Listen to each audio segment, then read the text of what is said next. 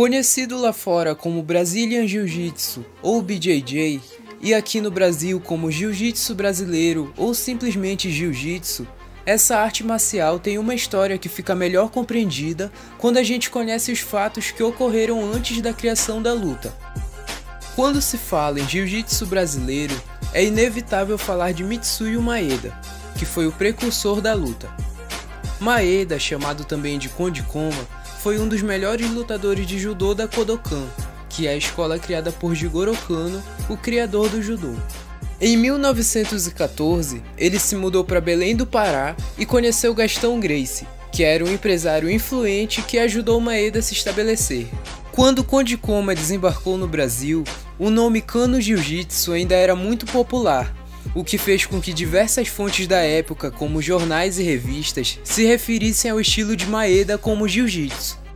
Então, o que foi ensinado por Mitsuyo Maeda foi o Judô, luta em que Carlos Gracie se especializou principalmente no Newaza, que são as técnicas de solo. Esse estilo, depois de algum tempo, ficou conhecido como Gracie Jiu-Jitsu e posteriormente como Brazilian Jiu-Jitsu. Para provar a eficiência da sua nova luta, Carlos Gracie começou a desafiar vários lutadores, iniciando a tradição que mais tarde seria chamada de Desafio Gracie. Porém, o desafio que talvez seja o mais memorável foi a luta contra Gel Omori, que dizia representar o antigo jiu-jitsu japonês. No final do terceiro round, Carlos aplicou uma chave de braço e acabou quebrando o braço de Gel Omori. Porém, o japonês continuou a lutar de igual para igual, mesmo machucado, e ainda conseguiu aplicar uma queda. Nesse dia, o resultado acabou sendo um empate.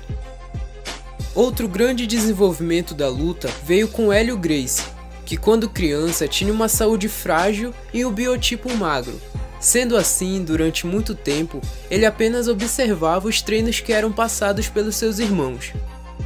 Durante as suas primeiras aulas, Hélio teve dificuldade na aplicação de algumas técnicas. Porém, ele já tinha um certo conhecimento adquirido ao observar os irmãos, e percebeu que podia adaptar o jiu-jitsu aprimorando o sistema de alavancas, de maneira que ele tivesse que fazer o mínimo de esforço. E foi assim que ele desenvolveu seu próprio estilo, que treinou com os irmãos. Dessa forma, ele descobriu quais das suas técnicas seriam efetivas e quais não, criando o Brazilian Jiu-Jitsu que conhecemos hoje. Hélio Gracie também lutou em vários desafios. No seu primeiro combate, em 1932, Hélio lutou contra o boxeador Antônio Portugal e conseguiu finalizar o seu adversário em menos de um minuto. Após isso, Hélio lutou contra Masahiko Kimura, que era o melhor judoca da época, e perdeu a luta quando o japonês aplicou nele a chave de braço, que mais tarde foi batizada no Brazilian Jiu-Jitsu com o seu nome, Kimura. O Jiu-Jitsu ganhou definitivamente o seu destaque no mundo quando Rorion Gracie, o filho mais velho de Hélio Gracie, idealizou o UFC. Rorion morava nos Estados Unidos, e no início ele dava aulas de Jiu-Jitsu em sua garagem. Ele também chegou a dar aulas para SWAT, mas Rorion queria evidenciar a eficiência do Jiu-Jitsu brasileiro para o mundo, e assim criou o UFC, um evento onde lutadores de diversos estilos de artes marciais se enfrentavam. Seu irmão, Royce Gracie, foi o representante do Jiu-Jitsu na primeira edição desse evento, e também o primeiro vencedor. Desde então, o Jiu-Jitsu brasileiro vem crescendo cada vez mais. Porém, o Brasil também está repleto de lutas, que estão enraizadas em nossos costumes e na nossa cultura.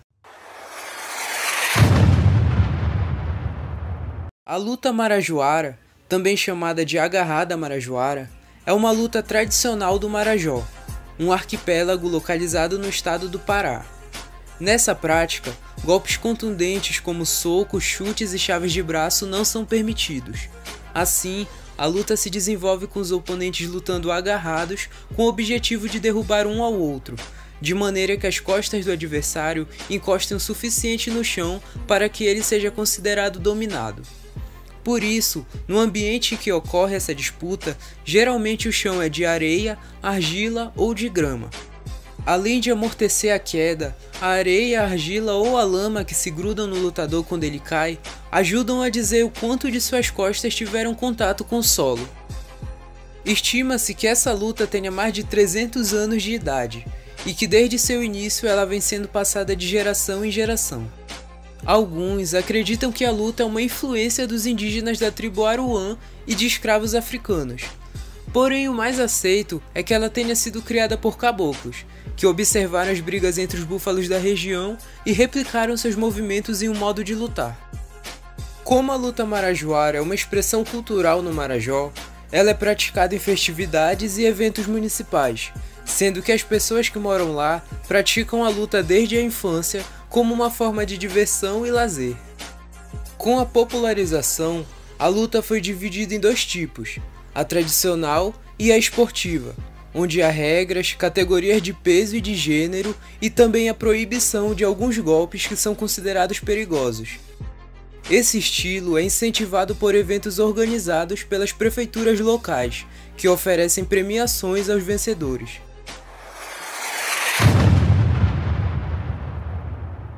A esgrima crioula, ou esgrima do facão, é uma luta que foi adaptada pelos gaúchos brasileiros, argentinos e uruguaios.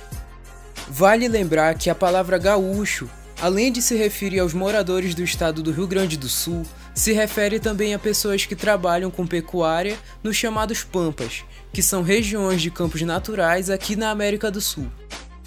Essa luta nasceu das técnicas utilizadas na caça de animais para alimentação, e a partir daí foi adaptada para o combate em pé e a cavalo. As principais armas usadas nessa luta são o facão, a adaga, a faca e o poncho, que originalmente fazia parte da vestimenta do gaúcho e passou a ser usado enrolado em uma das mãos para fazer ataques, defesas e fintas. Em alguns casos, boleadeiras e lanças também são usadas. A esgrima crioula teve uma certa importância na independência da Argentina contra o imperialismo espanhol, e também aqui no Brasil, na Revolução Farroupilha e na Revolta Federalista do Rio Grande do Sul.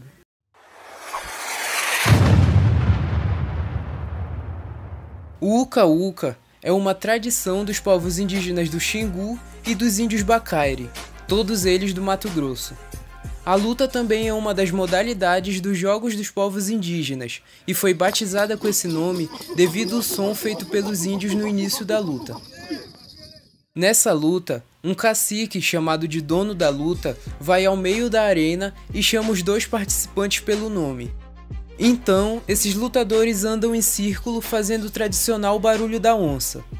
O objetivo é agarrar o adversário e jogar ele no chão.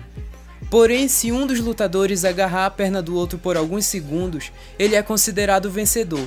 E se os dois deixarem de se agarrar, a luta é considerada empatada.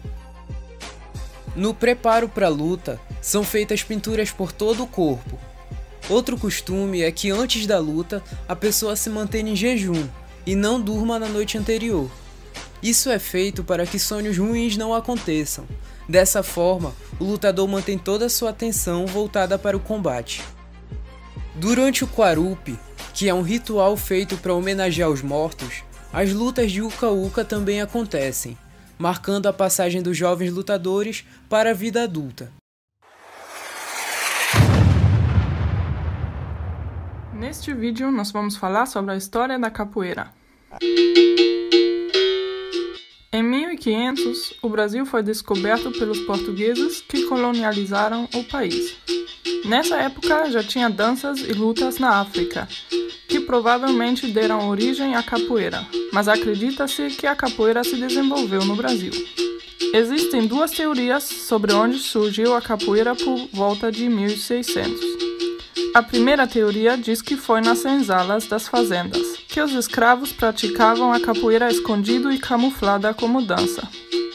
Segundo a outra teoria, a capoeira surgiu quando os escravos fugiam dos seus feitores para o interior, onde fundaram os quilombos. Acredita-se que a capoeira pode ter sido desenvolvida para defender os quilombos. Em 1890, o Brasil decretou a proibição da prática da capoeira, que era punida com prisão de até 6 meses. Assim, a capoeira foi praticada escondida, em locais afastados e mal vistos pela sociedade. Dessa época vêm as histórias de navalhas e facas no jogo da capoeira. Mesmo proibida, a capoeira era usada em brigas de vários grupos e nas maltas até se tornou uma fonte de renda, pois políticos e outras pessoas pagaram as maltas para os seus serviços. Por volta de 1940, a capoeira se dividiu em dois estilos. A capoeira Angola, representada pelo mestre Pastinha, com foco na capoeira tradicional, e do outro lado a capoeira regional, criada por mestre Bimba, que desenvolveu um estilo mais moderno. E desde então a capoeira ganha cada vez mais espaço nas mídias e até virou patrimônio cultural da humanidade. Do Brasil foi levada para o mundo inteiro, onde tem milhões de praticantes hoje em dia.